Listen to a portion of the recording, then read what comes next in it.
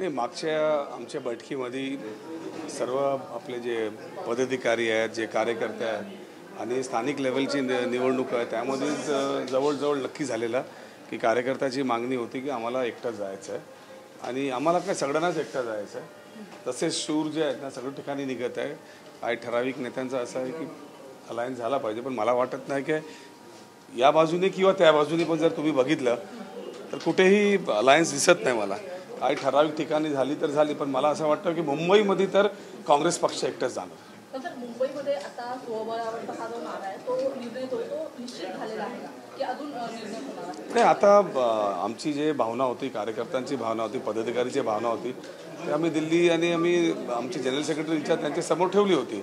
आता त्यांनीही स्वतः येऊन सांगितलं की मुंबईमध्ये मी एकटा जाऊ, त्याच्यानंतर मला वाटत नाही काय पुढे काय राहिलेलं आहे। तशा पद्धतीने स्थानिक स्वराज्य संस्थेच्या निवडणुकीच्या अनुषंगाने बैठका होत्या।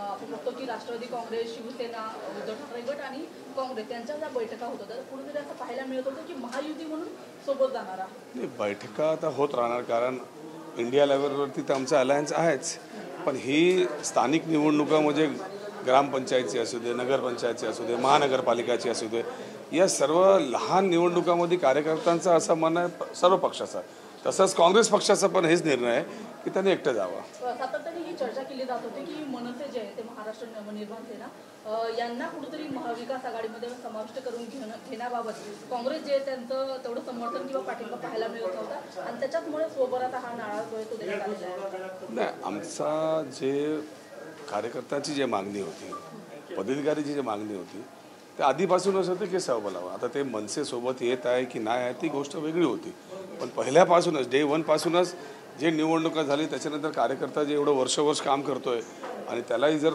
प्राधान्य भेटत नसेल निवडणुका लढायचं तर मला वाटतं योग्य नव्हतं असं कार्यकर्त्यांना वाटत होतं। तेच आम्ही दिल्लीच्या नेत्यांकडे ठेवलं आणि मला वाटतं सगळ्यांनी हेच निर्णय केला आहे कमीत कमी मुंबई महानगरपालिका, कारण आज तुम्ही बघा मुंबई महानगरपालिकाची अवस्था काय झालेली आहे।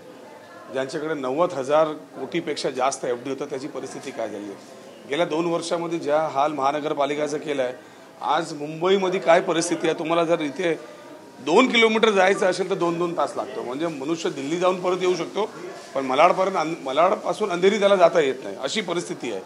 आणि रोडची हालत तुम्ही बघा, पार्किंग बघा, तुम्ही पाहिजे तशी FSI देत चाललेले आहेत, रोडची साईज बघत नाही, प्रत्येक ठिकाणी गाडी बसलेल्या आहेत।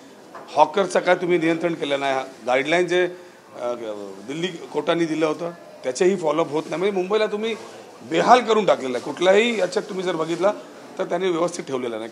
कचऱ्याच्या संदर्भात बघा, कचराचा ढिगार एवढा मोठा लागलेला आहे की काय सांगू तुम्हाला, आणि पैसे हजारो कोट्यांनी आपण टेंडर काढलंय, कचरा 0 ठेवला पाहिजे, पण असं कुठे एकही कचऱ्याची गाडी अख्ख्या मुंबईमध्ये कुठे ढाकून चालत आहे का? म्हणजे लोकांना कसा तुम्ही आजार पसरत आहेत हे सगळं लोकांसमोर येत नाही। मुंबईच्या सगळ्या जागांवरती आता उमेदवार देणार का? हां, 100% ना, म्हणून तर आम्ही एकटा लढतो। भाजपतर्फे मुंबईमध्ये ठिकठिकाणी एक बॅनर लावले ज्याच्यावर लिहिले परिवाराचे नाही मुंबईचे सेवक तोच सेवक। परिवारवादचे आरोप काँग्रेसवरती नेहमीच लाव चाललेला आहे, पण जेवढा मोठा परिवारवाद या BJPमध्ये मला वाटत नाही। तुम्ही राजनाथ सिंगचा जर मुलगा बघितला तो कुठे आहे, इथे आशिष शेलार आहेत त्यांचा भाऊ इथे आमदारकी लढतोय, तिथे विद्या ठाकूरजी आहे त्यांचा मुलगा नगरसेवक आहे, म्हणजे सगळं परिवारवाद तर भारतीय जनता पार्टीमध्येच दिसत। आमदार असेल तर त्याचा मुलगा नगरसेवक आहे, खासदार असेल तर त्याचा मुलगा आमदार आहे, आणि केंद्रमंत्री असेल तर त्यांनी 10 आपल्या नातेवाईकांना तिकीटं दिलेली आहे आणि हे समोर आलेलं आहे। त्याच्यानंतर परिवारवादची जी गोष्ट BJPला तर कमीत कमी त्याची नैतिकता नाही हे बोलायची। काल नरेंद्र मोदी यांनी काँग्रेसवरती बिहारच्या निकालानंतर काँग्रेसवरती टीका करत असताना त्यांनी एक वाक्य असं वापरलं, काँग्रेस म्हणजे मुस्लिम लीग माओवादी पक्ष।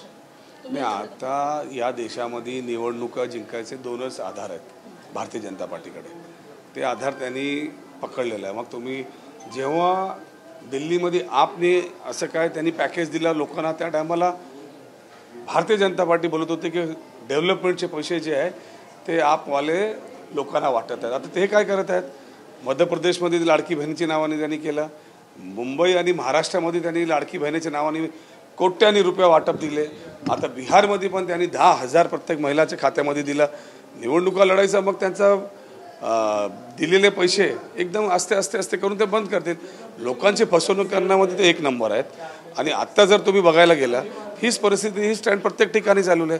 आणि आता या देशामध्ये कॉन्स्टिट्यूशन बाबासाहेब आंबेडकरने दिलेलं आहे, कॉन्स्टिट्यूशनमध्ये कॉन्स्टिट्यूशनच्या अमरेलाखाली सगळे एकच आहे.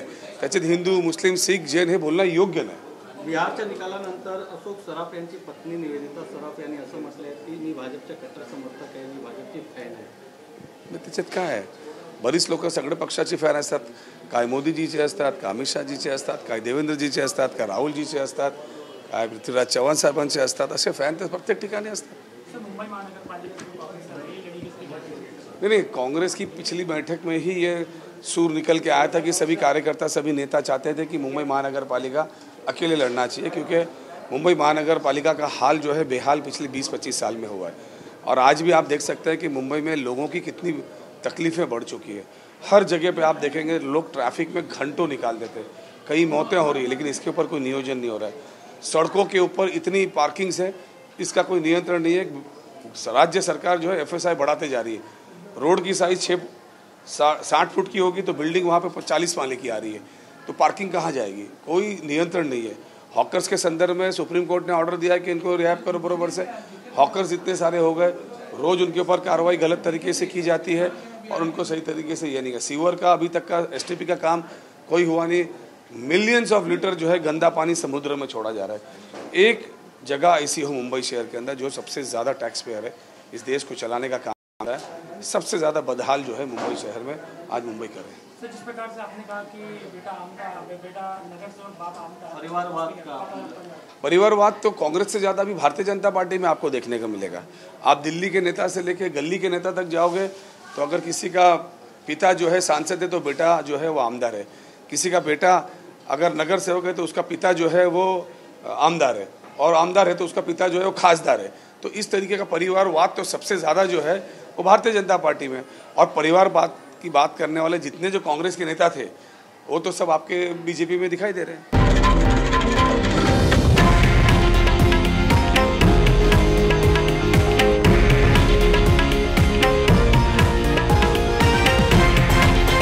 हे आहे देशातील नंबर 1 न्यूज नेटवर्क आणि आपण पाहत आहात TV9 मराठी, एकमेव.